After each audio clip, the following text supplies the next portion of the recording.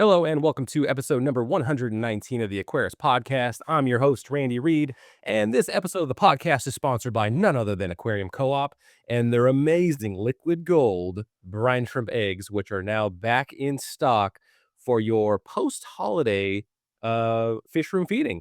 So the brine shrimp eggs, the liquid gold, it is back. We have the 100-gram cans, we have a 10-gram can, or vial rather. So you can get either size, whether you've got one tank that you're feeding, or you just want to try it out and see how our eggs do to the compared to the competition, or you're already bought in. You know that these are the best eggs out there possible. The separation is phenomenal, and what I mean by that, and this is the thing that made me quit hatching brine shrimp eggs before, but it's that after you do your 48-hour, your 3-day hatch, whatever it is, and you're ready to harvest, you turn off your air supply, the eggs in the Aquarium Co-op eggs will rise to the top, they will float, and the brine shrimp will settle down, especially if you've got that light source so that they're attracted to the light. Where other brands of brine shrimp eggs, there are a lot of shells that will mix in with the brine shrimp that you want to feed out. Now, some people say that you don't want to feed out hatched or unhatched eggs to to fish, so you don't want it mixed in. Other people say it's not that big of a deal. I tend to think that it's not that big of a deal. However, it irked me so much to see it that I stopped hatching brine shrimp. And then when we found these, it reintroduced brine shrimp back into my life, and I fed it every single day that I had my fish room in Washington. And I will be feeding it again every single day once fish room 2.0 is done here in Lexington, Kentucky.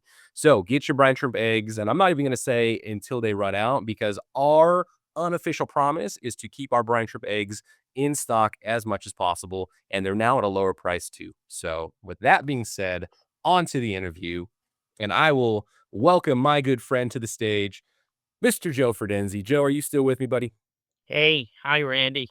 All right, let me do my quick little intro for you now that you're here and I can dote on you a little bit. So today's date is Monday, January 5th, 2026. My guest today is the Honorable Joe Ferdenzi, multiple repeat guest and longtime friend of the podcast. Joe's been an active member of local and national fish clubs, serving to advance and grow our wonderful hobby. He also was instrumental in the publishing of Rosario LaCourte's book, An Aquarius Journey. So if you haven't picked that up from Amazon, I would highly recommend it, and I'll even link it in the description of this video. So I'm grateful for the time and attention that Joe has paid me and this podcast over the years, and very excited to speak with him again. So Joe, welcome to the podcast. Thank you, Randy. And want to wish you and all your viewers a happy new year. And always a pleasure to talk to you, my friend. Always. Yeah, definitely. Are you prepared for when it's 2030? Are you prepared for like the 30s? I don't know. I don't know if I was as shocked about the 20s as Yeah. I was the 2030s, because that feels I don't maybe if you would have asked me in 2015, I would have said the same thing, or 2016 about the 2020s, but 2030 just feels like we have to have flying cars by 2030. And it seems like we're getting pretty darn close.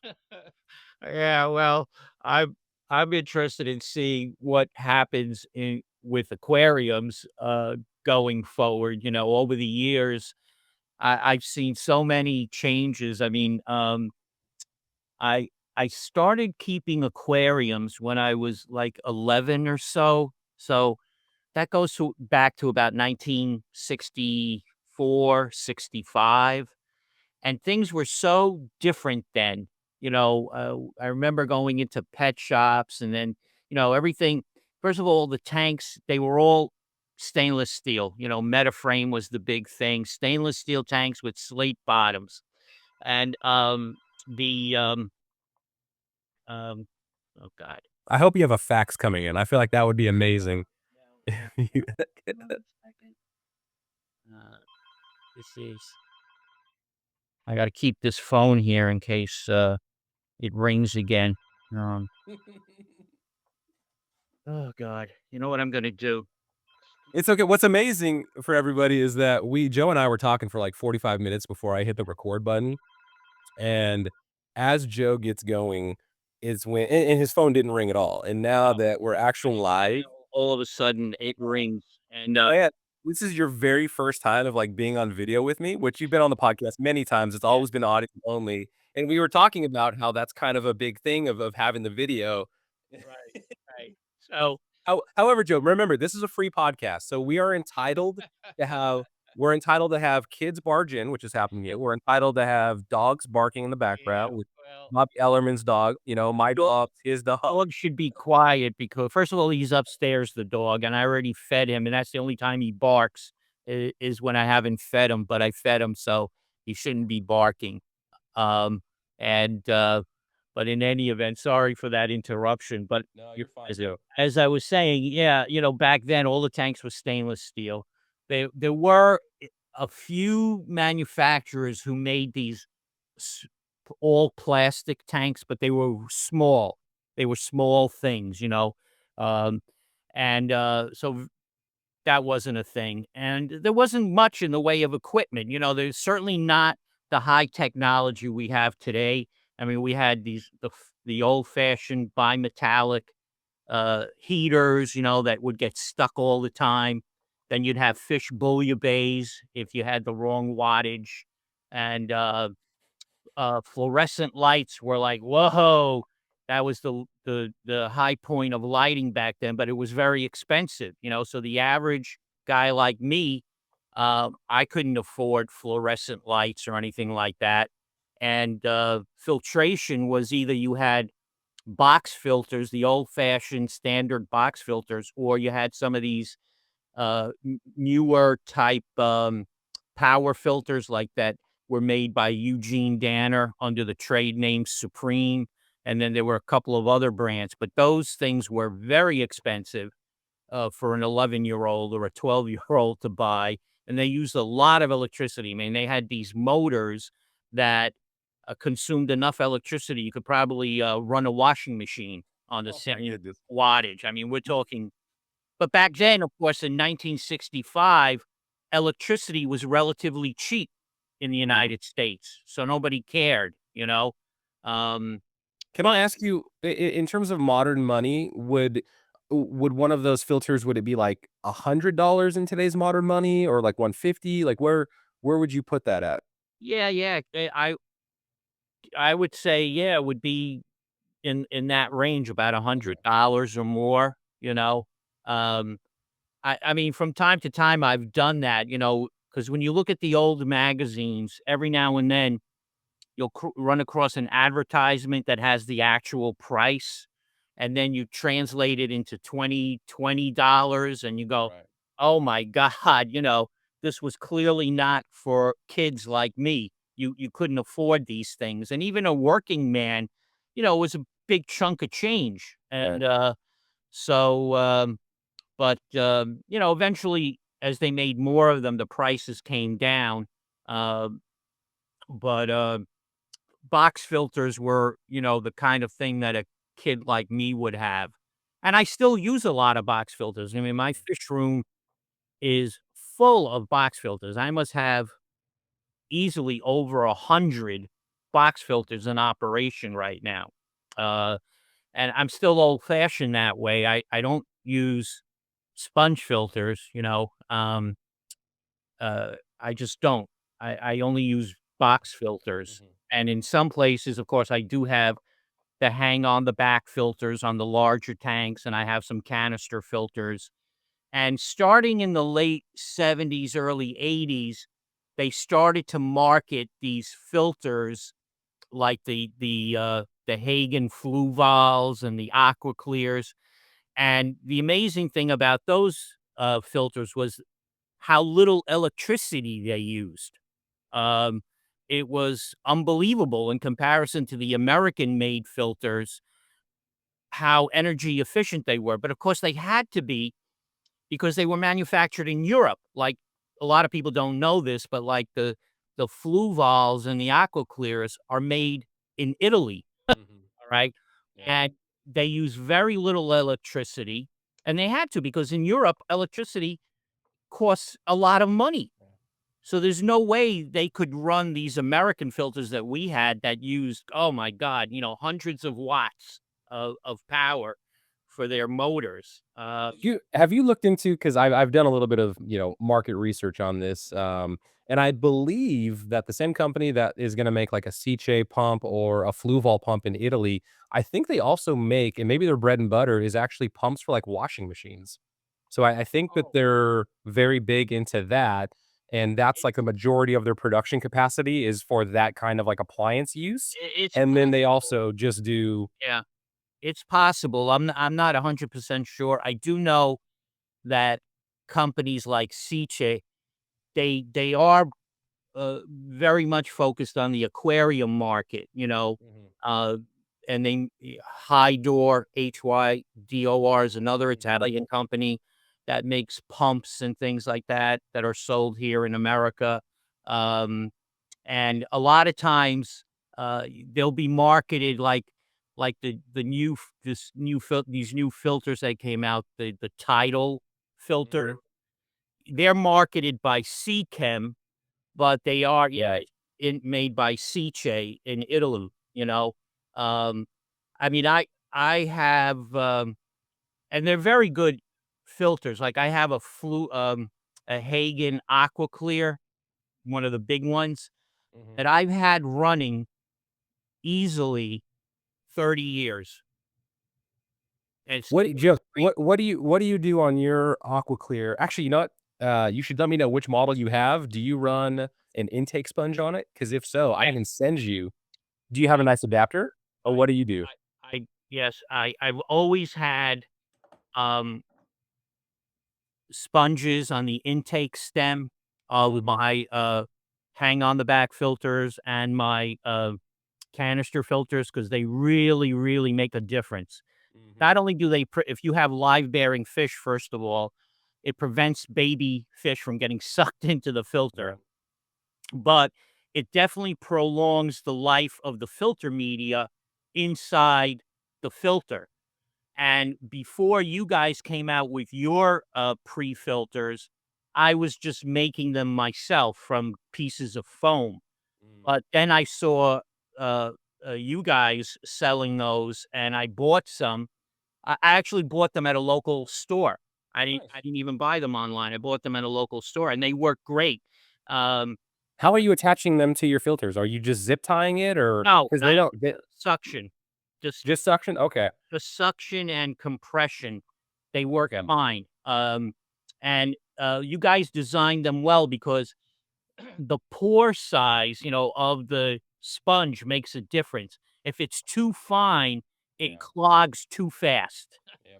and then it doesn't last as long. And but the ones you guys designed work very well. So now those are the ones that I'm using is the Well, Aquarium Co-op.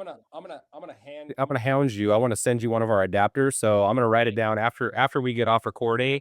I want you to tell me what model you have, and I'll send you the adapter for it. So that way, and it actually kind of brings it so it'll sit off the glass. So that way, you're not actually using compression to squish it against the glass to hold it in place.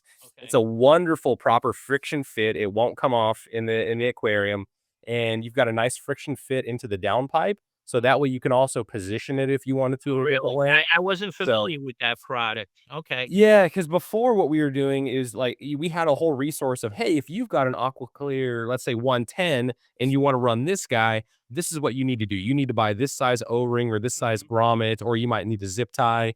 And then with 3D printing technology, we just basically make the exact fit part that's mhm. just fits perfectly in there. So Yeah, yeah.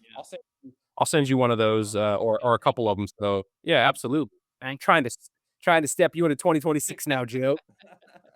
Well, listen, when a good product comes out, I or I think it's a good product, I like to try it and see what happens. And again, I don't work for Aquarium Co-op, but I've over Oh time yeah, I've seen a lot yeah. I'll of pull you out of retirement, Joe. good products that you guys come out with, okay? And I've bought them and they always do what they say they will do. And I like them. Like the one that I saw Corey demonstrating this. This is for scraping like Corey Doris eggs off the Oh, yeah. glass. Do you have Okay. do you have any glass layers right now? Yeah, yeah, yeah. So I I'll bought send you one of Oh, you those. did? Okay.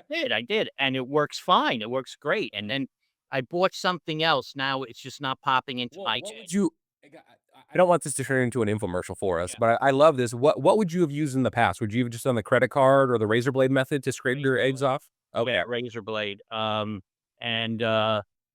but and that worked okay, but the transfer from the razor blade Mhm. to the holding container was always a little tricky, you know? This is one of the first, prints. So this is it in green because the Yeah, printers that we buy, they come with a small spool of green filament, right. and so this was like our first, Yeah, product into the 3D printing world. So yeah, you've got this little basket, and I've scraped Corridor eggs off of glass, and I've for sure lose them. Well, not all of them, but some. You're gonna lose some when you do credit card right, or razor blade method, right, unless you're very, very careful, which I'm sure right. some people are. But this gives you a little basket to scrape, and it's rounded so you can get into the corners. Yeah, If yeah, somebody hasn't seen this, if you buy one, it's gonna be in black, not this. right, right. I also bought the snail catcher. That Oh, worked. has that been working for you? Yeah, yeah. I don't use it that often because I'm not that I don't have, like, tanks with snail overrun too only a few. So I've used that, but I haven't had to use it very often, but it works. I mean, Mhm. the important thing is if you did wanna catch a bunch of snails, it works. But and again, yeah, I don't wanna turn this into an infomercial. When there is a good product, like when you mentioned at the beginning in your intro, the brine shrimp eggs, okay? Now, I breed a lot of killifish, so Mhm. hatching brine shrimp is an everyday thing for me, okay? I have to do that every day because I'm raising a lot of killifish babies, and that's what I need. Well, the first time I tried the Aquarium Co-op brine shrimp eggs and I hatched them out, honestly, I thought I was seeing things, okay? Because you got to picture, I've been doing this for 30 years, right? And it was always so annoying to me that the unhatched cysts or the cysts that hatched, but the shell was still floating in the brine solution. It annoyed me that was always mixed together Yeah. because over time those things will get into your aquarium, and then your aquarium has a whole layer of unhatched brine shrimp cysts and everything, right? So Mhm. over time, I developed methods for reducing that, but it was very time consuming. Okay. And I tried a lot of products that supposedly would separate them. Nothing worked to my satisfaction because they all involved a lot of time, and I don't have a lot of time to when you have 65 aquariums, you have to be efficient in what you do. So the first time I tried those Aquarium Co-op eggs, honestly, Randy, I thought I was seeing things. I said, "How is this possible? This separation?" It's like, wow, my dreams have been answered. So yeah, to some people it doesn't matter. I still know a lot of people who still use, regular brine shrimp eggs and okay, Same. whatever. But me, no, I can't go back. There's no turning back. This is it. Okay. So for anybody who cares about brine shrimp eggs and the ease of feeding them to their fish without introducing all this extra flotsam and jetsam stuff, you Put some jetsam on. Oh man, that's yeah. hilarious. So anyway, so that's the story Well, there. all right. Let me stop. Okay, okay. So everybody, please, I want everybody to show Joe grace. He is not being paid or anything to say those No, things. no, And no. remember, before we just got into this topic, he said that he runs box filters. We Right, don't sell box filters. right, He said he doesn't run sponge filters. He right. sells sponge filters. Yes, I know. So Joe is not like just randomly saying things to make Aquarium Co-op happy or anything. He's No, no, not doing that. no, no, So no. Joe is an honorable man of high integrity, Thank you. of Well, wonderful reputation. So thank you. we'll go back Well, on top. that's one of Randy, that's one of the things, with me. Part of the thing is, I've never been in the aquarium business. I don't sell fish. I don't sell equipment. I don't sell plants. I never worked for an aquarium company. I never worked in a pet shop. And part of the reason I've hesitated to do any of that is because it's just for the reason you said. When I tell you something, it's because I believe in it. I don't want anybody even be able to question my motivation. Oh, he's saying that because he works for Cameo Pet Shop, or oh, he's saying that because he gets uh Mhm. well, like my friend, just to give you an example, I'm very good friends with Gary Bagnall, who Mhm. owns ZoomEd, right? But I don't. use every Zoom Ed product under the sun because some of them I don't have any use for. Yeah. And every now and then I do kid Gary about some of the products they come out with, and I go, "Really, Gary?" Well, they're a big reptile though. Like, Yeah, well, got a they do a tour. lot of I'm reptile well, stuff. yeah. I have He several he's, Zoom uh he's installed. come out with a lot of interesting, aquarium products over the years, and when they're good or I believe in them, I tell him, Mm. and I'll promote the product, but not because Gary's paying me, not at all. I wouldn't let him pay me, you know. He's just a very good friend, and he's a great guy, just like you are. And and your company too, the one that you're working for. I think Corey did a terrific job. I remember the beginnings, when he was first starting the company, and I'd watch some of his YouTube videos and everything, and how he built it into this wonderful company that's always trying to come out with new products that matter to Aquarius, uh, like that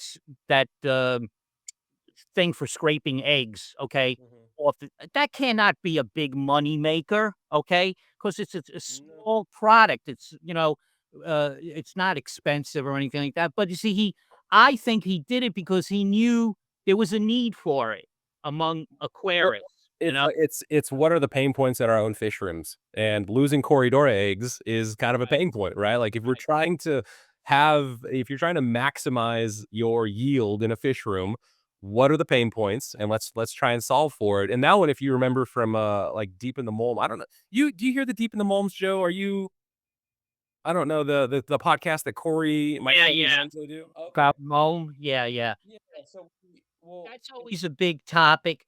Let me just well, say ours is a whole it's a whole series. It's called Deep in the Mulm. It's like, right, okay. like you're in the weeds. Yeah, So yeah. maybe you're not seeing those because 'cause you're not a YouTube member, which is totally fine. No, no, I do watch them. I don't Oh, you do? Okay. I can't honestly say I've seen every one, but I do No, watch them. that's Um, fine. yeah, because, uh, when Corey talks about certain topics, I find that he and I share the same philosophy. So, I do enjoy them, and I think he's imparting what I believe to be a lot of good ideas to people and philosophy, But the Moan thing, for example, that's another one. You see videos from different people post different videos. Some say, "Don't touch that Moan, it's gold." Others get rid of it, it's Mhm. unsightly, that kind of thing. So there's debates like that in the aquarium hobby that'll probably never end. They'll go on forever, Yeah. and because everybody has a different opinion about it. Um, I, for example, in my own local club and on our Facebook pages of the clubs I belong to, I have little pet uh, um, hints and tips that I try to convey to people, especially beginners, because if they don't hear these things, they're not intuitive. In other words, you might not think about this, but like for example, I point out to people, um, every one of my stands, whether it's a commercially made stand for an aquarium or they're the stands I built for my fish racks, things, they're all covered in plastic, okay? Either vinyl, like clear vinyl, or black, that is made from big garbage bags, Mhm. and they're taped on there and everything. Why? Because I don't care how careful you are, eventually the water from your tanks will drip, whether you when you're doing water changes or catching fish or whatever, they're gonna hit your stand, and whether your stand is made out of wrought iron or wood, Mhm. eventually, over time, it will have a deleterious effect on those things. They'll rust, they'll warp, they'll whatever. Now, some people, they paint their wooden stands or whatever, right? Which, okay, that's nice. But to me, that's a lot of work. And I hate paint. Uh, uh, the vapors, the brushes, the whole process. Whereas with plastic, here's what you do. You take the sheet of plastic, you stretch it over the stand, you put a couple of staples in it, bam, you're done. No smell, no paintbrushes, no nothing, and it lasts. It's more impervious to water than paint because paint. You know, water is Yeah. insidious. You know, you leave the slightest gap, and the water will find its way in Mhm. there. You know. You know what I like about that, Joe, is, covering it with, like, let's say the black plastic. Mhm. In my old fisherman in Washington, I was very generous with my feedings and also letting my young sons feed as well. Mhm. Primarily, it's my fault. It's not their fault. But in front of the aquariums, there would always be little pink flecks of, Ah, yes. extreme krill flake. Yeah. And so, because I did painted plywood, that my aquarium sat on the rack shelving, Mhm. I think it was okay in the sense that it was painted, so it's got a little bit of protection, but Mhm. as far as cleaning that pink up, that pink's not going anywhere. I could, like, even if I tried to wipe it up, there would Yeah, yeah. always be little pink something hiding in the crevices of the wood, so with Right, right. your method would clean that up, it would Yes, give a it does. far better presentation, so there's It definitely does. something to that. You're right. You're right. It does clean up easily. And then here's another hidden benefit, which when I was doing this, I didn't really realize, but now over time, uh, if your tank develops a small leak, the plastic not only protects the stand, but now it allows you to redirect the drip Mm, in a way because you can mold the plastic into like a cup. And now here's the amazing thing. I have all kinds of tanks, right? I have old-fashioned stainless steel tanks that are in use. I have, believe it or not, brass tanks from the 1930s that are still in use. And of mhm, course, I have these all glass tanks. What I've discovered is often the drip stops. I've even found this to be true in all glass tanks, which I found almost incredible. See, with the old-fashioned tanks, the stainless steel ones and the brass ones from the 30s, they have putty as a sealant, especially uh, where the bottom is and everything. mhm. So that sealant changes with temperature and being wet, so that a stainless steel tank stopping leaking didn't shock me that much because I know from experience that little particles of dirt or gravel will get in there and create a block so that the water can't drip out anymore. But when this happened with one of my all glass 10-gallon tanks, that it was dripping and then it stopped dripping, I was like really like flummoxed, like, what? What the hell just happened here?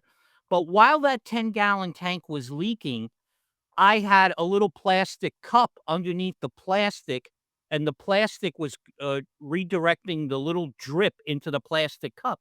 So there was no urgency for me to, like, run out and, "Oh god, I gotta replace this tank. I gotta do something. I got" No, no, no, no, no, no, no. I just let it drip a little bit at a time into this plastic cup, and after, like, I don't know how long it took, like a month, all of a sudden, I noticed the cup wasn't filling up with water anymore. Mm. And so over time, I've discovered that having these plastic sheets underneath ha- served another purpose as well. So I really strongly recommend this to anybody who's setting up a new tank, whatever stand they're going to use. Um, put a plastic sheet, like if your stand is black wrought iron, black garbage bags work very well, but clear vinyl sheeting, it won't ruin the look of your stand or anything because it's see-through, it's clear, and it lasts a lifetime. Um, and the other pet little peeve I have, and what can I tell you, Randy? I love this hobby, but I have opinions, Sure, everybody does. and yeah, and I like to share them with people because I think sometimes, especially the beginners, they don't realize this. But I've seen video after video or photo after video, or photo of people like very proud. Look at my aquarium. I just set this up. Isn't this nice? Or here's my aquarium. It's 3 months old, or 4 months old. And I look at the tank, and the thing that jumps out at me is the tank doesn't have a background. And Mm, I've learned from experience of actually talking to beginners, they don't know what I'm talking about when I say a background. And that puzzles me because if you go into a pet shop, I would think the owner would want to sell you a background, um, and they don't realize that without that background, you could see every wire, every piece of equipment hanging on the back of the tank, and you could see the color of their wall. Well, this grow out tank right here is actually an example of that. You can see my wall because this one doesn't have a background. Yeah. This one that's meant to be more of a display tank actually does have a painted black Right. background. So point in case even behind me, which that one was only supposed to be temporary. Yeah. Um, but Yeah. that's actually I think I am gonna turn that into a little breeding tank here, Yeah. and probably paint the background Right. because of it. So Now sorry. now with a background, even if your tank is already set up, you could still put a background on it. It's not that hard, you know? And I've never painted my backgrounds because, again, I'm consistent. I hate paint, okay? I hate doing anything The involved with the painting. beauty, though, of painting the back of an aquarium, though, I use Rust-Oleum enamel paint. Mhm, You can just glob it on, like, I'm mhm, talking like I pour it onto the back of the yeah, aquarium after I give it, like, a little isopropyl right, alcohol wipe. mhm, I pour it on there, and I take a roller, and I just brush it all over as sloppy as possible. right, I get one lumpy coverage on that background, and the right, beauty is from the front, it looks perfect. The yes. back is where you see all the imperfections, Yeah, but but that nobody's doesn't gonna see matter. that, Right, and right, you knock it out like that. So if yeah, you were gonna paint something, Joe, Rust-Oleum enamel, wear some gloves, it gets the yeah, job done. yeah, yeah. But then you can't really change it, right? You No, don't scrape it and do all that fun stuff. that's one of the drawbacks is you can't change it, and, like I said, even so, painting it is a bit of labor, and when you have as many tanks as I do, what you wanna be able to just do is stick a piece of plastic on the back with 4 pieces of, cellophane tape, and you're done, Mhm, Boom, instant, and then if you don't like that background a year from now, pull it off, put another one on, you know? But mhm. regardless, if you like painting, if you prefer painting, that's great. As long as you have a background, it makes your tank look 100 times better. And Yeah. like I said, I see tank after tank after tank without a background, and it just tells me the person doesn't know there is such a thing as a background. Okay. And so in my own club, at Greater City, whatever, I'm constantly talking about these little things that can make your life as an aquarist easier and make your tank look better. And backgrounds are definitely one of them. Now, listen, I know that there are people who like they put their tank, it's really like in the middle of a room, okay? And Mhm. they want to be able to walk around it and see all four sides. Okay, that's different. All right. Yeah. You can't have a background there. Because the wires usually go, like, off to one of the long ends, like, if it's like a peninsula, you Yes, get the yes, peninsula set up where wires, they'll still be hidden, but then you'll get the landscape view from both sides, and that's very purposeful versus, yes, like, I just threw this aquarium up and you see the heater wire, you see the airline, you see all the things in the background, and it's just mhm, aesthetically doesn't look great. right. So, but most people put their aquariums up against a wall, Mhm, and that's where the background, I think, plays an important role. And not only aesthetically, but I just think the fish like it. I just think fish like having that dark background. Uh, it's kind of a protective thing, and then also, uh, and I use a lot of black and dark blue backgrounds. That color brings out the best in fish, all right? It makes their colors pop. If your tank is up against your normal home wall, most walls in most homes are light colored, like the one behind me right here, mhm, okay? They're very light colored, and that usually does not bring out the best in fish coloration. So mhm. to me, there are so many reasons you should use a background and not, forget it. And but again, if you don't know about it, who's going to teach you? Um, and and that's part of what I've always loved about being part of aquarium clubs and writing articles and other things is to be able to impart some of my ideas to people and hope that it helps somebody. You know. Because again, I'm not making any money off of this. Um, but it's just, it's that thing. And then What can I stop you there, Joe? What is your decision point? So in your fish room, you said you use the blue backgrounds and black. mm, What is your decision on you're setting up a breeding tank, you're setting up a tank, going black, going blue, and what has your experience been with those two colors? I I don't find that there's any difference. Actually, it's just what I have at hand. Mm. Uh, I thought I was gonna get some profound like no, bits of no, no, wisdom. no, But you're no, just like, no. which one do I have? Pull it out of the old. Okay, black or blue. Yeah, yeah. It's just a preference. I mean, I also have tanks where the background is from the 1960s. Uh, Penplax used to make these 3D type plastic backgrounds that you tape to the back of your aquarium. And most of them I didn't care for, but there was one that they made called, I think it was called Rocks and Caves. They don't make this product anymore, Right. unfortunately. But what it was it just looked like 3D dimensional rocks. Okay. And that made a very, good background as far as I was concerned. And I still have uh, Didn't uh, these. didn't Gary didn't Gary make a whole video showcasing those? I feel like I watched him on one of the museum Yeah, yeah, he history did events, have it and on one of his podcasts. He had the he was pulling them out of their old boxes and right, showing them off. yeah, Yeah, they yeah, were pretty neat. yeah, yeah. Like I said, most of them I didn't care for because they had like one of them had like a sunken galleon, the other one had a diver with a rainbow over his head, stuff like that, which doesn't appeal to me.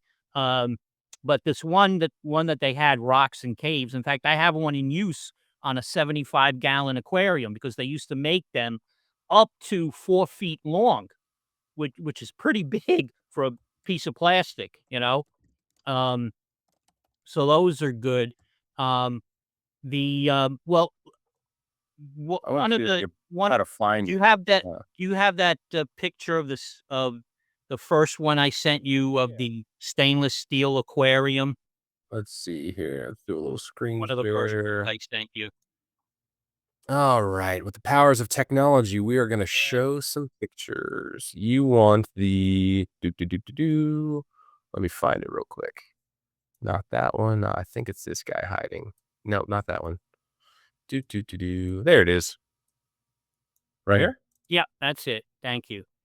Okay. Now that's a this these all these pictures I took. They're all from my fish room. Now this is a 100-gallon stainless steel aquarium from the 1960s. This is beautiful. Thank you. That is so cool. And, yeah, the thing about this tank is that it came when I bought it, it came with the matching stainless steel top, which is those are actually harder to find than stainless steel aquariums. I actually have no problem finding stainless steel aquariums, but finding the stainless steel hoods, oh, that's another story. So this was very special and a tank that I acquired about 20 years ago, and it's never leaked, because it's just very well made. And the thing about these stainless steel tanks is, man, if you keep them full of water, they're probably never going to leak, and they're like indestructible because the glass is framed in stainless steel. How the hell are you going to break these things? Mhm. And, it sits, as you can see, it sits on a wrought iron stand, and I think your viewers could make it out. You see this plastic underneath it? If you look closely, you'll see it. Yep. There's black plastic, I mean, not black, clear Yeah, clear. Yeah. vinyl sheet underneath that, okay? And I don't think it mars the beauty of the aquarium or the stand to have that little piece of clear vinyl underneath it. And one of the things I had to do for this aquarium, oh, and on the back, the filtration is supplied by 2 Aqua Clear 70s, right? Mm. And there's no heater in here because it's in my basement, and my basement has baseboard heating, so I don't have to worry about the temperature in my basement. So, and when you look at this tank, you could see it's very hard to make out that there's any equipment in Mhm. there. And the tank has a dark blue background. Now, of course, over time, what happens with a background is the aquarium decor or the plants will block your view of it, or algae will grow over it, and so over time you might lose that effect, of a solid blue background. But still, the background is there, and that's why you can't see the hanging filters. You can't see any wires hanging behind the plants. Uh, the lighting, I had to change the lighting. The original fixture had a very unusual arrangement, one that I had never seen before in my experience. It's a 5 foot long fixture because the 100-gallon tank is 5 feet long, and Mhm. it had space for one 24-inch fluorescent bulb, and then it had five incandescent sockets Hmm. welded to the inside. So it was a combination of incandescent and fluorescent. Okay. There would the fluorescent just kinda sit in the middle of it? Yes. And then off to the side, you've got the No, not incandescent. up to the side, all along the 5 feet, including Interesting. going right past the fluorescent were these sockets that were welded to the stainless steel. Now, And I assume they were, like, horizontal, they weren't vertical, like, hanging from your correct, ceiling? They were correct. okay. Yes, they were horizontal. But here's the thing. So, of course, this thing is from the '60s when the ballast started to smoke. Mm. Okay, get rid of that. The sockets, the problem was they welded these sockets to the stainless steel, but they didn't use stainless steel uh, frames or whatever you want to call it, attachments for the incandescent sockets. They were just ordinary metal. So over time, they started to rust and Mm. separate from the stainless steel. So I said, I'm not using those things either. That's another horrible accident waiting to happen. So I took all that stuff out. I took out the ballast, I took out the sockets for the fluorescent lamp, I took out everything. And instead, what I bought were two LED strip lights, Mhm. thinnest I could find in width, Mhm. and that's what's underneath there. And they fit right underneath, the place where the lights are supposed to be. So you don't notice anything. There's no extra wiring or anything of that sort. And it does a great job.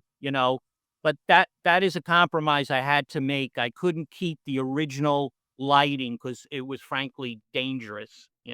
Yeah, and very inefficient as far as power consumption, and Yeah. with LED technology now, like the strip lights, how they can be cut and put together, like, it's incredible how you can retrofit something that was horribly, inefficient from a lighting perspective, Mhm. and in the Right. same space, get better lighting for cheaper Yeah. in energy costs. And Uh, speaking of that, if you show the next aquarium photo, the one with the Anubius in it, the big Anubius. I'm actually gonna do one thing real quick. I'm gonna show this. There's your rocks and caves. Ah, Is that okay. is that the one? Yeah, So yeah. this is Gary Bagnell, and this is the video that I watched where he was showing off the 3D print, the 3D backgrounds from Right, Penplex right. back in the day. Yeah, yeah. Where's the The one where original with those green things are the original boxes that you uh-huh. see on There we go. yeah, There's your right. diver. Yeah, yeah, I don't know. I think they're pretty cool, man. I think some tasteful decorations are okay, especially if it's like a kid's aquarium. Now this one's silly. This one's like just get some angelfish if you want to have angelfish yeah. on your background. Yeah, I never Um, actually saw that one in person. I never saw that oh, one in for sale in pet shops. uh-huh. That one was unusual, but there's the Yeah, sunken galleon, yeah. uh, which kinda mimics, I mean, um, well, that's another topic. All right, I digress. But Let me get you back on yeah, topic. So you but want to anyway, see? yeah, if you show the, one with the Anubius in the center All at right, let's see if this will aquarium, work.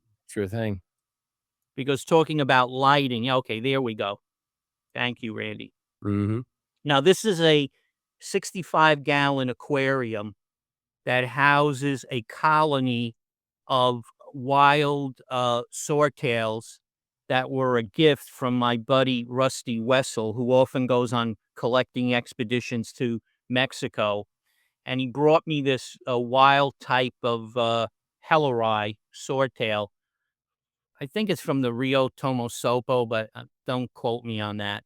But in any event, the lighting that's on this tank, okay, and a 65 is a very tall tank. The lighting that's on this tank is an old strip light that held two fluorescent bulbs, two 3-inch, 36-inch fluorescent bulbs. But what I did is I converted that to LED. So now there's two LED tubes in there. Okay. Let me pause you, Joe, because this when you initially sent me this photo, I thought this was a 10-gallon. I'm like, "Oh, that's a cool looking Anubias," but now that you're telling me it's a 65, Yeah. that Anubias is enormous. Yes, it is. That is a huge Anubias plant. Yes, That is it is. awesome. Yeah. Alright, so I want everybody Oh to no. appreciate how large this Anubias is. Yeah, it's a 65. But that's another thing. Talking about differences in the hobby. When I was a kid, uh, starting out in the hobby, there were no Anubiases in the hobby. Nobody. If you had said to me when I was 13 years old, "Hey, do you have an Anubias plant?" I would have said, "A what?" Never heard of it. Okay, Mhm. they were unknown here. And then I forget when they started to take hold or become really popular. But now Take my root, dare I say? what's that? I said take root, dare I say? Sorry, Yeah. continue. Ignore me, ignore me. No, it's all right. But now my fish room is festooned with Anubias plants all over the place. And my friends know, oh, sooner, if you want an Anubias, go talk to Joe. He'll make a cutting for you because I have large tanks with lots of Anubias.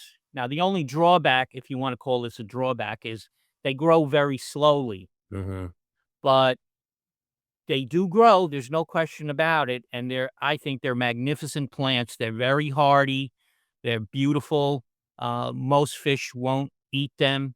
There are exceptions. There are fish that will eat even Anubias plants.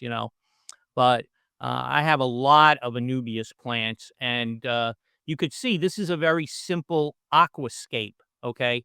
In the center, there's some petrified wood, which is my favorite type of stone for aquariums because it's beautiful, different colors. I have petrified wood that goes all the way from like a light brown to a deep, like almost like a cypress red color.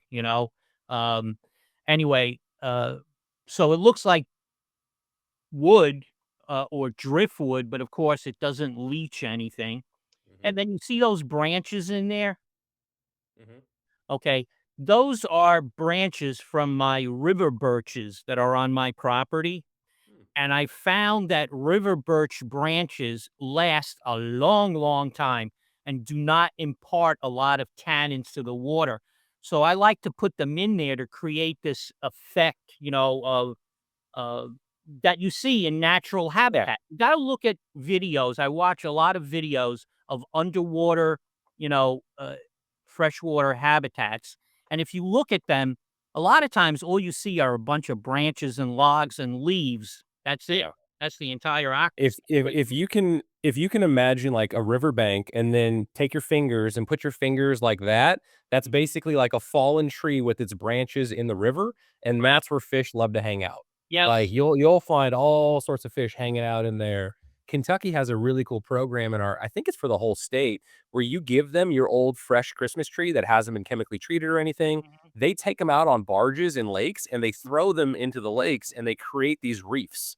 So they take what was once a dead spot in the bottom of a lake, and you drop 30 Christmas trees, and you then all of a sudden create this Wow. like coral reef, if you will, but in a lake using live Christmas trees that were once in your home and decorated. So really, we did that last year. This year we burned our Christmas tree because we have a fire pit now, and that's pretty awesome to watch it go up in flames. Yeah. But to your point, yes, like structure, like the fish want the structure. They want things to be able to hide under.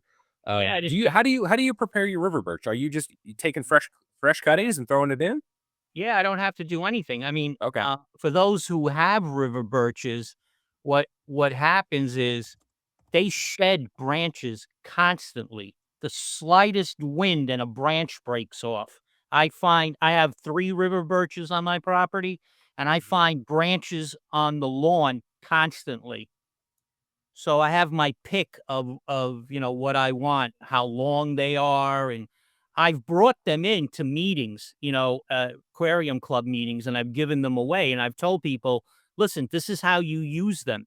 And they're river birches, so as the name implies, it's like a tree that likes water, okay? Yeah. And, these things last a long time. They have beautiful color. I don't take the bark off, nothing, it's just ready made for an aquarium. And, like I said, they're easy to snap off and arrange them any way you want. Uh, but the other point about this aquarium is, for people, I find, there's so many myths in the hobby, and I don't know why they continue to persist and persist over time. And one of the myths is that, plants are difficult, aquarium plants, that they're very difficult. Well, that may be true of some plants, but look at this tank. I don't do a lot of work at these Anubiuses. They don't get fertilizer of any kind, okay? There's only one type of fish in here, which is the swordtails. There's no catfish in here of any kind. Um, Very little in the way of snails. I don't even remember if there's anything in here in the way of snails. But the you can have a beautiful, natural looking aquarium uh, with just one kind of plant. It doesn't have to look like the famous Dutch aquariums with 7 different kinds of plants all arranged in a certain way. Those kinds of tanks, they require a certain amount of maintenance. This tank requires almost no maintenance other than the occasional, water change. Um, but I'm sure your viewers, when they look at this tank, now that they know it's a 65-gallon, you look at it and you tell me, Randy, does that tank look like it has a lot of fish in it? I see a healthy amount. I wouldn't say it's overstocked by any stretch of your imagination. Right. Well, and that's the key thing, Oh, with aquariums is, unfortunately, sometimes people, they only have a few aquariums and they can't resist the thing about just acquiring another new yeah. fish, and I understand that it's very hard to resist that temptation. But when you overstock your aquarium, it's the recipe for disaster in so many different ways. My tanks, I deliberately keep them underpopulated, and very few of them are community tanks like that 100-gallon stainless steel tank that you just showed. Okay, that has different kinds of fish from Southeast Asia in it. It's got some barbs, some rasboras, Siamese algae eaters in it, and that's about it. But most of my tanks only have one species of fish in it, and what I find about that is that they're easier to maintain. Because one of the things that people overlook when they want to do a community aquarium is not even so much, uh, are the fish territorial? Will they eat other fish? Yeah, those are obvious considerations. But one of the other things you have to be careful about when you stock a community aquarium is the feeding modality of the fish. All right. Some fish, like let's take rainbow fish, they're very fast to the food. Okay. If you put a bunch of rainbow fish in with fish that are shyer and less aggressive about going to the food, those fish eventually will die from starvation, you know? So you have to be very knowledgeable about what you're putting together. And that means you need to read a lot, you need to watch videos, you need to talk to people and say, can I put this fish with this fish? And, and not just rely on one guy in a pet shop because that guy may not be familiar with certain fish, you know? So you need to listen to everybody. And if the guy in the pet shop says, "Yeah, you can keep this fish with this fish," okay, but before you buy the fish, go home and double check on the internet and see what other opinions are out there about can these two fish go together.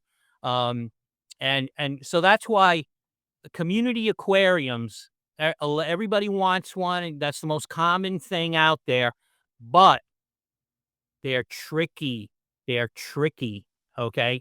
And so I have some community aquariums in my fish room, but most of them are single species. That also leads to easier spawning, like in this tank Mhm. here with these Hellerai.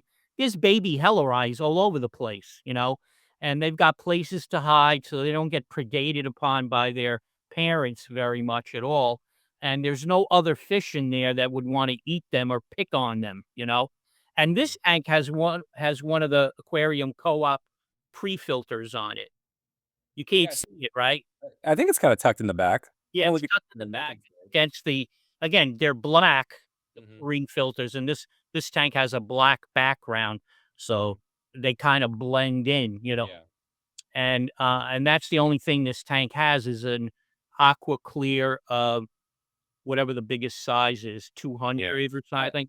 I think what helps us from an aesthetic standpoint is that because we like the fish breeding aspect so much, that we have we don't have the same high level of expectation for planted tanks as somebody that, is a quote unquote aquascaper or only wants to do display tanks, right? Mhm. Because to them, the variety of plants, the composition, the layout, those are all very important things. But Right. I would like to say, I think I can go out on this limb to say that between for you and I, having a tank that's got a big old green plant in it that's thriving and doing well, plus fish that are thriving and doing well, with a little bit of, contrast with the petrified wood and your river birch.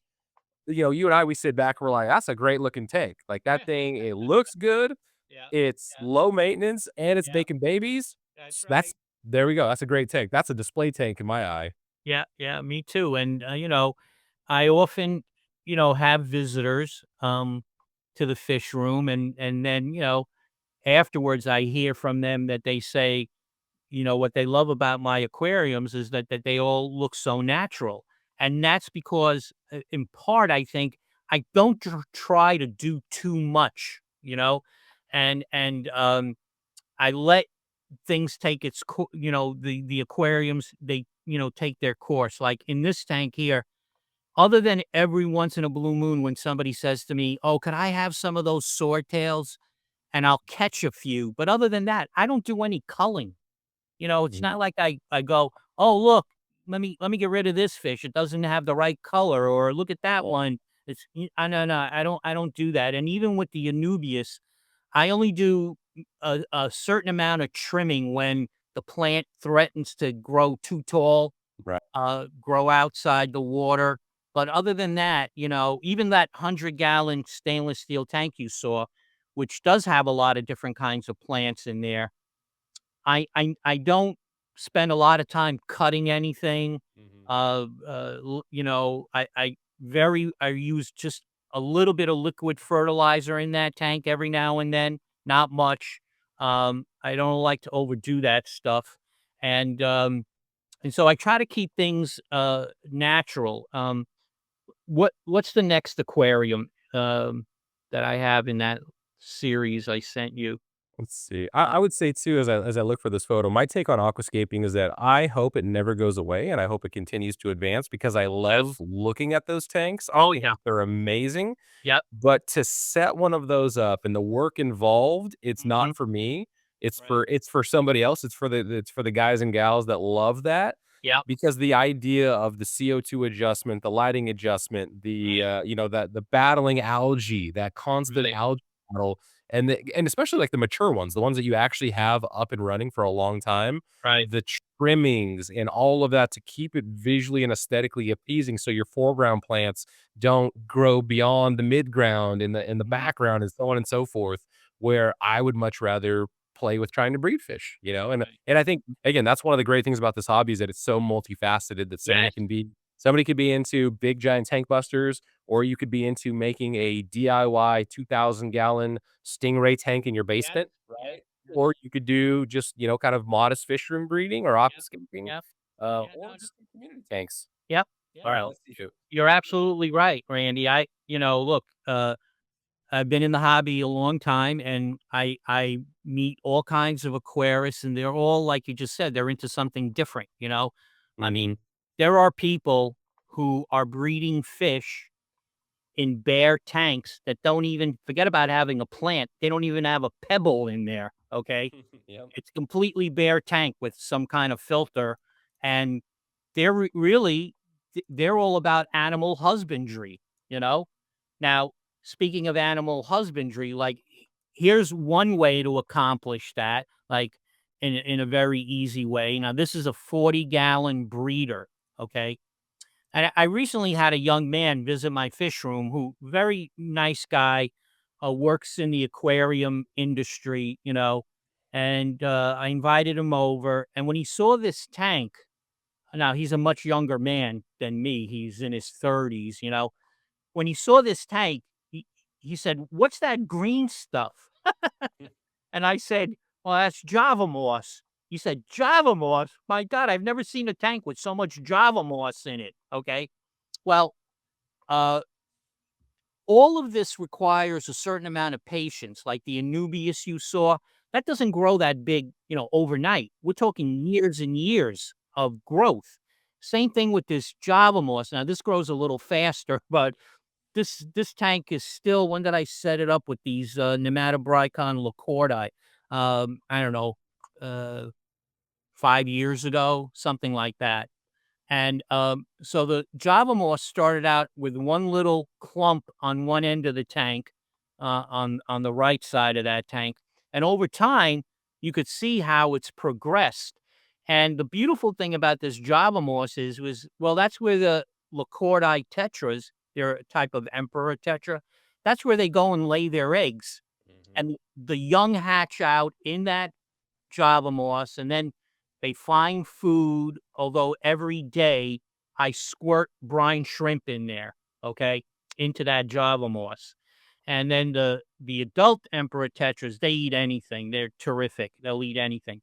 But over time, you you know, you you have a lot of fish, you have beautiful plants, and you do other than the water changes, the routine water changes, there's no maintenance involved. Once in a blue moon, I'll take a scissor and cut some of that Java moss down because I do want to leave that little space that you see on the left-hand side, empty because it makes it a little easier to catch the fish if you do Right. that. Yeah.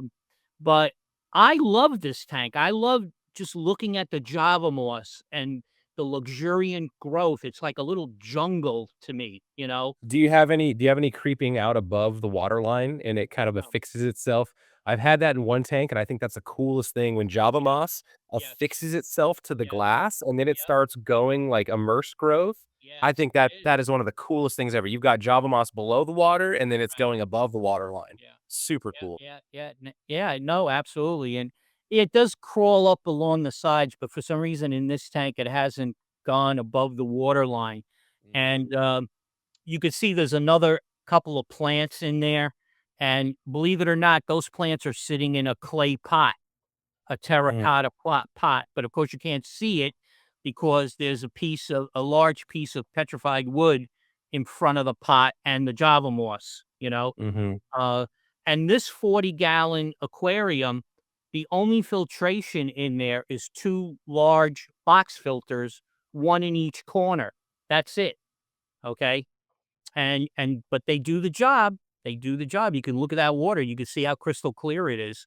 What do you like running in your box filters, Joe? Well, the way I do it is it's basically 3 layers. That's my standard thing. So the first layer on the bottom is some, filter floss. Mhm. Then on top of that, I put crushed coral, like a layer about an inch thick. And then on top of that, I put a sponge. Mm. So the sponge, of course, absorbs most of the big particle matter, and it also acts as a biological thing. So then, when it comes time to clean the filter, the usually all I have to do is pull out the sponge that sits on top of the crushed coral, squeeze that out, clean that up, and then put it back, and the box filter is ready to go. And the crushed coral is very, very important. That was a thing that was taught to me by the great Rosario Lacorte, who incidentally this Emperor Tetra is named after, Nematobricon lacorti. He taught me that this crushed coral was very important because it keeps your water alkaline or sweet. You know, it tends to prevent your water from going acidic. Mhm. Most plants don't like acidic water, and most fish don't like acidic water. There's exceptions, but Right. I find for the most part, if your water goes acidic, you're going to have problems. Uh, so the crushed coral to me is very important, and is another reason why I won't give up on box filters. I just find them to be versatile and be able to do chemical filtration that you can't get with sponge filters. Mhm. Do you find your filter floss, do you replace that also when you service?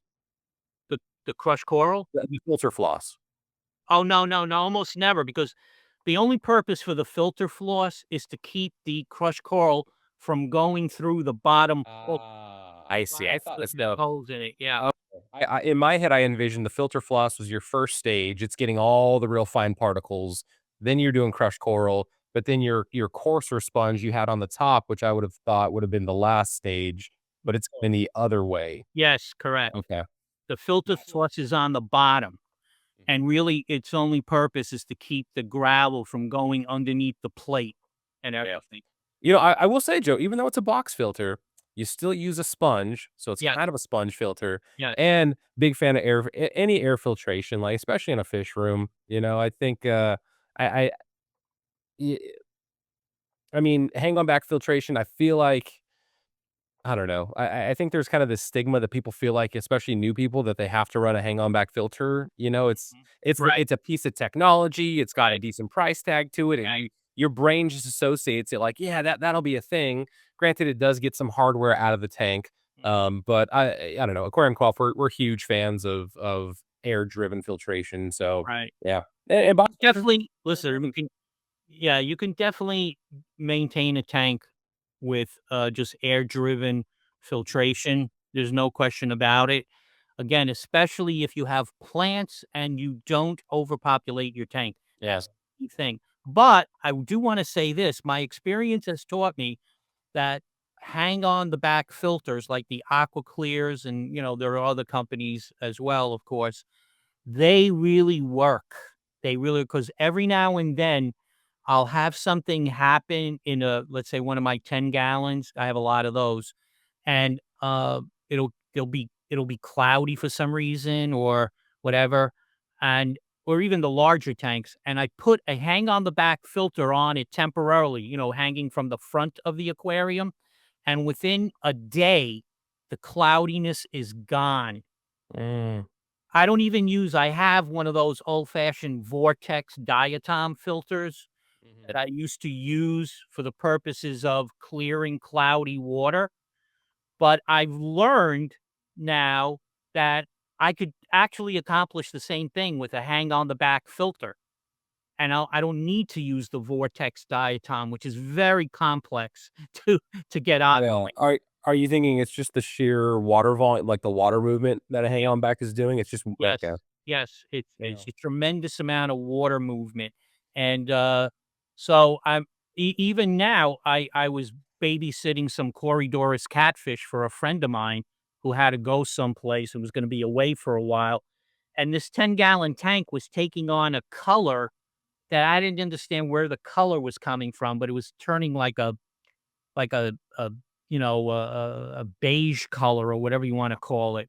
So, I got and went one got one of my, an old Aqua Clear, a smaller one, I forgot what number, but I stuck it on the front of the tank, and then I put a sponge in there where the with filter compartment is, and then I used a Chemi Pure packet, Mm, and after like 48 hours, the color was back to normal. yeah. And so I do temporary things like that every now and then. If I see a problem, I will supplement it with a hang on the back filter temporarily, and then hope that the problem, whatever caused it, doesn't reoccur again. Um, but do you have the next picture? I forgot what the next one is. Was it Crips? Yes, that's it. Now, here's another thing I'm proud of. Now, this is a growth of cryptocorine.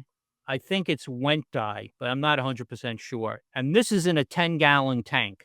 And this one has a dark brown background on it, as you can tell. And this also has two box filters, one in each corner. And all that's in there is a colony of small guppies, double swordtail guppies, right? Mhm. Which is another thing, by the way. I have a lot of guppies, but mostly I have wild type guppies. And what people forget is that the original guppy is a small fish.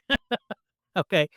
People are so used to seeing these big, fancy guppies, which are beautiful, but they're monsters compared to the original wild type guppy. Okay. So you can house a lot of little guppies. You'd be surprised how many you could house in a 10-gallon tank. But anyway, the reason these guppies got into this tank, this 10-gallon tank, and that's all that's in here is guppies and a few snails. There's no other kind of fish in there, is because these cryptocorines were developing a film of algae on them, right? And yeah, you could go in there with your hand and wipe it off, but listen, when you have this many cryptocorines, that's not going to work. Uh, so I put guppies in there, and after like a month, the algae disappeared. Why? Mm. Because if you look at guppy behavior, and this is also true of swordtails and quite a few live bearers, they're always pecking at the leaves. They're like chickens, pecking at dirt. They're always looking for something. They're always pecking at these leaves. So the algae does not have a chance to establish itself on the leaves. Look how clean those leaves are. Mhm. Now, here's the other thing that I'm very proud of this tank. I love this tank. There's nothing in there but these cryptocorines. Do you know how old those cryptocorines are, Andy? 25 years old. Wow. Have you ever had them just sporadically melt on you at all? Have you ever I've experienced had that with this tank? cryptocorines melt, yes, Right. but not these for whatever reason. Mm. And a lot of times, as people know, I've had cryptocorines melt, like especially in that 100-gallon stainless steel tank you showed at the beginning, but the Mhm. crypts come back. Yes, for sure, yeah, they coming back, but it's just a weird phenomenon of you can have an established tank that has, 1, 2-year-old, maybe even more, cryptocorns, and, you seemingly don't change anything, and then you just get mass melt off. Yes, it's a mystery. A lot of Yeah. people try to have But then they come back. yeah, yeah, a lot of I people think they do it try they to just do it slur it out, but they do it to well that they're in charge. They're like, "You think you're in charge, but oh no, we are the ones in charge." Mother Nature's in charge. But like I said, I mean, I can't imagine if you have limited space, for example, and you want a beautiful tank that you can enjoy looking at. Like, look at this. This is a 10-gallon tank with a thin layer of natural gravel. I started out with a few cryptocorines. They started to grow. Look at this far. I mean, I'm sorry, because I'm not trying to brag about my tank, but to me, this is a beautiful tank. Okay. Um, and it's got these. I love any densely plant anything that's got dense plant growth, even if my focus is like, "Oh, let's keep minimal plants, if any at all, for the purposes of, say, breeding or growing out." If there's just a mass of plants in a tank, it's cool. There's one I think one of the best ones I've seen on YouTube. The guy's name was Jack down in Florida, and he would post it on Facebook. He had call it a 55-gallon, and it was just a complete wall of Valsenaria that was Mhm. full length of the aquarium, like Oh, full yeah, height and width. yeah. But he had this like tile space in the center that was tiled. So this fish could kind of congregate in there, but everywhere else it was just Valsinaria. Yeah. Coolest thing ever. Yeah. And I haven't had great success growing Valsinaria. I think I just needed to go heavier on like some initial root substrate, root fertilizers. But that was just such a cool tank. There was no maintenance or trimming done to that thing. It was just plants. It was Yeah. awesome. Yeah, it's like looking at an underwater forest. It's Mhm. beautiful. And again, just like this tank, you only need to succeed with one type of plant, and you will have a gorgeous looking aquarium that the fish will thrive in. By the way, you know. Mhm. Uh, Now let's go to the next one because I don't want to spend too much time on this, but All right. Which one would you like? uh, oh, I think there's we're left with the endlers. yeah. Let's go to the endlers. So like uh, Oh, I've got your historical article. yeah, that's okay. If we got time, we'll go to that. But otherwise, I just wanted to, as you know, some years ago, Randy, we did a podcast about my Endler's Live Bear, and Mhm. that I'd had it for 28 years. Well, now it's like 5 years later. I forget when we did that podcast, if it was 5 years ago. So now I still have these Endlers. These are photographs that were taken by my friend Dr. Richard Pierce, who's also Mhm. been a guest on your show. These were taken in like 20, these photos were taken in like 2017, 2018. I don't know, something like that. And I sent these photos to Professor Endler, and because I wanted his opinion about whether they still look like the fish he collected originally in Laguna de los Patos in 1975, and he was a very nice man. What a gentleman. And he said, yes, these indeed look like the fish that I remember collecting. And so I've had these fish now since 1992. I have them in two separate 10-gallon tanks with a bunch of najas, or what's known as guppy grass. Mhm. Um, Despite the fact that I've never introduced anybody else's endlers other than the original stock that I started with, I don't see deformed fish. I don't see mutations. I've never they're just solid, you know, endlers as far as I can tell. And this is another thing that I enjoy. When I find a fish that I really like, I tend to keep it for a long, long time. And to me, one of the most important attributes a successful aquarist has to have, and this attribute is, in my opinion, indispensable: patience. You have to be patient. Aquariums are not like, you know, instant coffee, throw the water in and and you got coffee. No, no, no, no, no. Aquariums take time to develop, and you have to be patient. You may have some pitfalls along the way. Some, like you said, the crypts might die back, or you got cloudy water for a while, but you have to be patient and keep at it.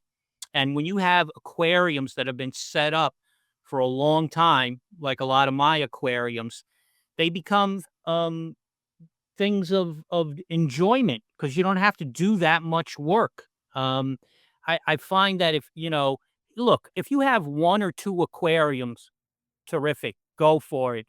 Baby them all you want. Do all the water changes you want. All the CO2 injection. All the trimming of plants you want. Just go for it. No problem. But if you have a lot of aquariums, you can't really baby every fish. There's not enough time in life to do that. So you have to follow some basic principles, about not overstocking your tank, not overfeeding your fish. That's another malady that some aquarists succumb to. They feed their fish too much. I feed my fish once a day, not a lot of food, you know, um, and they thrive. I use live food a lot of live food. Um, uh, Including the brine shrimp. And like I said, these particular endlers, the reason I contacted Professor Endler or Dr. Endler is because I can trace these fish directly back to him, because I know all along the way the people that had this fish before I got it, and it was Dr. Endler who collected them. He then sent them to Dr. Don Rosen, who was a Pasiliad expert at the American Museum of Natural History. Dr. Rosen gave them to Dr. Klaus Kalman, who was a researcher at the New York Aquarium. And Dr. Kalman became friends with one of our members at Greater City Aquarium Society by the name of Dominic Isla, who was very much into wild live bearers. In fact, there's a live bearer that he introduced to the hobby that is now named after him called Limia islai. Okay. Mm. So I got my original stock from Dominic back in 1992. And you could see he got them from Kalman, who got them from Rosen, who got them from Endler himself. So I know this represents the original collection.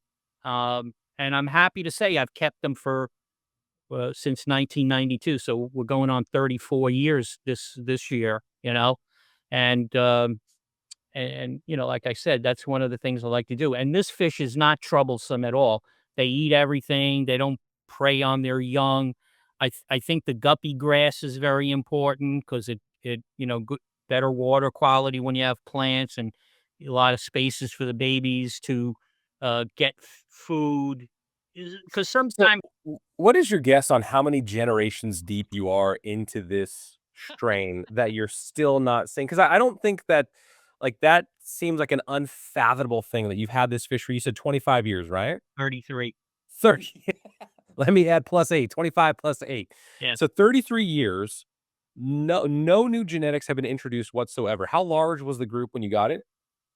How many? I would say Dominic gave me something near 20, on the Okay. order of 20 of them. So 20 was your Right. original colony, and you've had it for 33 years, and Endlers breed every Yeah, month? frequently. I Yeah. mean, like, is that is an insane number of generations, and to not see any deformities and to even have Dr. Endler confirm that they appear to be the same. Like, I mean, I feel like the money would have been on, "Yeah, Joe, you're gonna have fish that have, like, 1 eyeball, and the gonopodium is, like, on the top of the forehead or something." Like, things have just moved, right? Because of the genetic pool, but that's I don't know what that speaks to, other than that's just fascinating.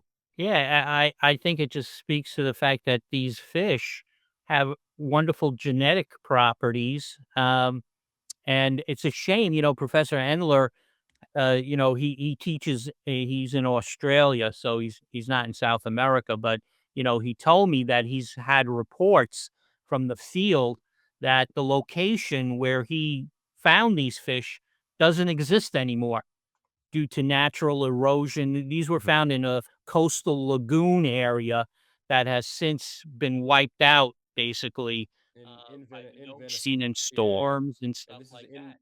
in Venezuela, which is, Yeah. very politically current right now. Yeah, oh, yeah, And it was there's a actually lot of problems. in their main city, right? Is it Caracas? Yeah, Was Caracas. that Yeah, yeah, Caracas? Okay. yeah. Yeah, these came from, near of this particular lagoon was near Cumana or something like that, I believe, you know? Mhm. I mean, there are other varieties of wild type endlers, Mine just happens to be the one that he collected in Laguna de los Patos. Um, and some people call it the black bar endler or I don't know, whatever. This just is the one that I got from Dominic, which again I can trace through two more scientists to uh, uh, Dr. Endler. And these guys, including Dominic, they were scientists, so they didn't mess around. They didn't try to cross these with guppies or any of that nonsense. I mean, that's okay. You want to experiment, you want to cross them with guppies and do this and that. That's fine. I don't have a problem with that. Everybody has to do what they enjoy doing, and there are people that enjoy creating hybrids, and that's fine. But these Mhm. guys were scientists, so they were trying to figure out whether this fish was a different species from a guppy. So they weren't about to cross it with a guppy and mess that up. you know? Right. I mean, they never got around to describing it. Unfortunately, Dr. Rosen died prematurely, so he never got around to completing a project of describing them. And then Dr. Kalman was just so busy with so many studies that he was doing at the New York Aquarium that I don't think he ever got around to it. Um, but they certainly, I, I'm 100% confident that they kept it pure. And Dominic, forget it. Dominic was like rabid about keeping wild populations pure. So there's no way Dominic would have ever tried to cross these things with a guppy. In fact, the first time I saw them in his fish room, I said to him, "Hey, Dominic, what kind of guppies are these?" Oh my God. He goes, "They're not guppies, Joe. They're Enur's flag bearer." Okay, Dom, calm down. Never heard of him. What is it? You know? And but he was such a kind man. Unfortunately, he died too young also. Um, and he offered them to me and I very happily accepted them. Never, Randy, never thinking that I would have them now in the year 2025, you know? 2026. Yeah, yeah, right, 2026, right? So has it been 30? Has it been 34 years then? Well, it will be. I don't remember what month Okay, in 1992 I acquired them, gotcha. you know? But, yeah, but at some point. So these are the kinds of things that, I try to get people to understand that there is value to keeping fish for a long time because now, for example, these fish are basically extinct in the wild. And that's true of many aquarium fish that we have, that if it weren't for the aquarium industry, uh, the fish wouldn't exist anymore in the wild because freshwater habitats are so fragile. You know, it doesn't take Mhm. much to wipe them out and wipe out whatever endemic fish were in there. So this is just another example of that. But anyway, I drone on. Um, No, no worries. And then what I love is that we haven't even like touched on any of your killifish work. So I think when you come on again, the next time you come on again, we need to kind of go over what you do with killifish. I'd love to. I'd love. I think that'd be a blast because killifish are such a neat fish as well. Yeah. And yeah, and one day, whenever, I'd also like to show your viewers some of the little things in my little museum here that are kind of a window on our aquarium hobby and events that have taken place over you know, the centuries. Because I always find that fascinating too. Yeah, absolutely. No, I definitely think I mean, the hardware as well, like the filters, the air pumps, like those things I think are just like relics from the Oh yeah. past. Oh And to yeah. see like, oh, this is what an air pump was back in the Oh day yeah. Right. compared to, the choices and the technology that we have now Yeah. would be pretty amazing. Yeah, I What think people would be surprised to see what some of this old equipment looks like. Yeah. Joe, I would wanna say oh, what's with that view? Let's do this, and let's fix that. There we go. That zoomed in on us real fast. What's, kind of in closing, what do you have in store in 2026 for your fish room? You got 65 aquariums, I think you said. Yeah. Um, what do you have planned? Anything new? Anything that you wanna change up?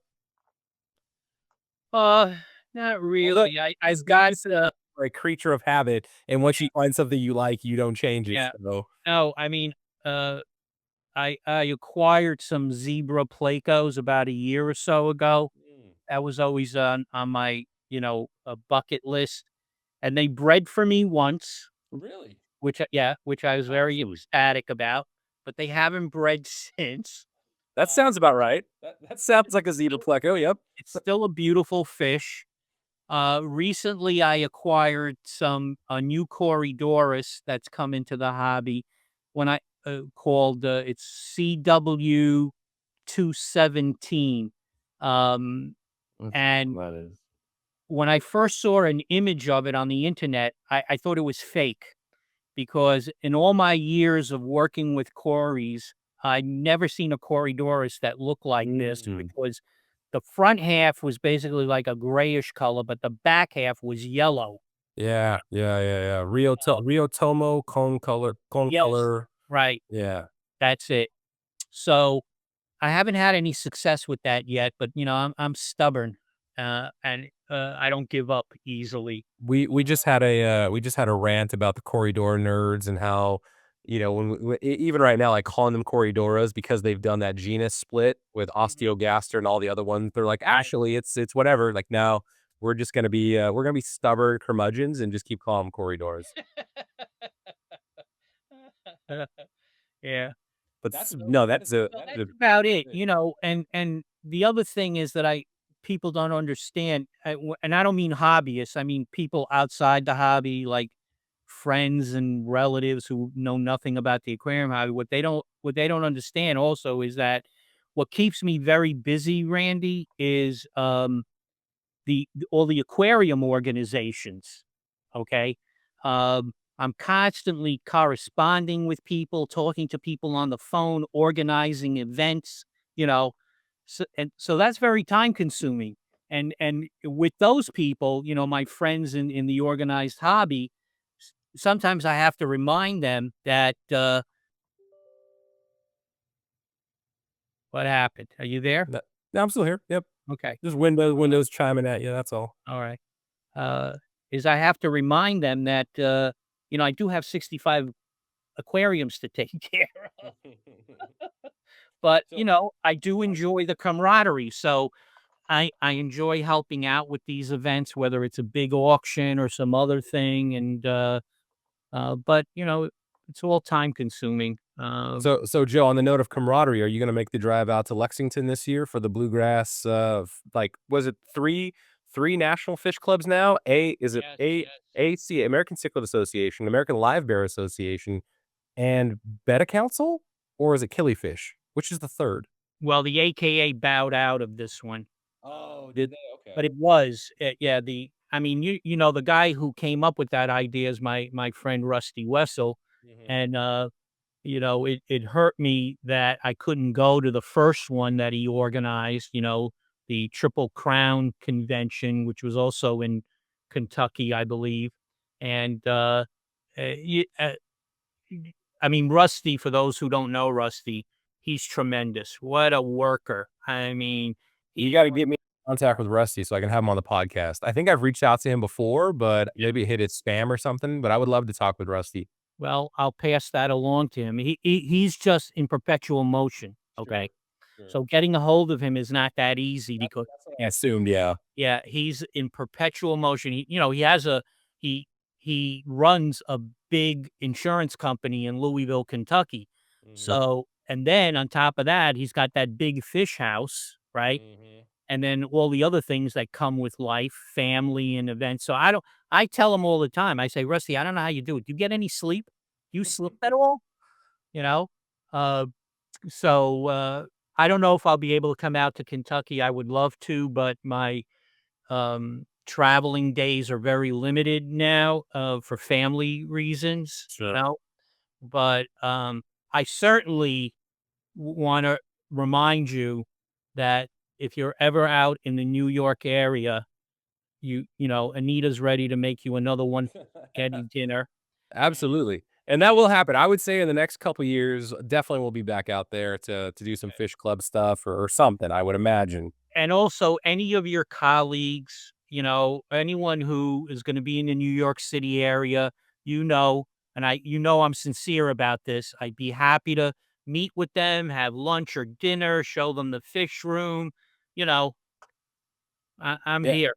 Absolutely, I would love to come back just so I could film it and share it as well. I think that would be awesome to show people all the cool stuff that you have going on. And just again, I think that you are you don't feel this way, but you are a treasure to the hobby. And the I'm more just a local guy. I can share you, yeah. I'm just a local Modest guy. Joe. You It's never okay. knows me on the national scene. I'm a nobody, but locally, I do have a lot of friends, and fortunately, I do have some people that I know, like yourself and Gary and Rusty, who are well known, and but and but I'm happy to do what I'm doing locally, you know? Mhm. No, I think it's awesome, Joe. I think it's absolutely fantastic. I appreciate the 30, 45 minutes you gave me before we hit record, and I appreciate this hour and a half that you gave me again. And Oh, please. um, You know it's my yeah, pleasure. You know it's my pleasure, Andy. I love talking to you, so there's no 2 ways about it. So thank you for inviting yeah, me on your podcast. of course, Joe. Until next time. Okay. All right. Take care now.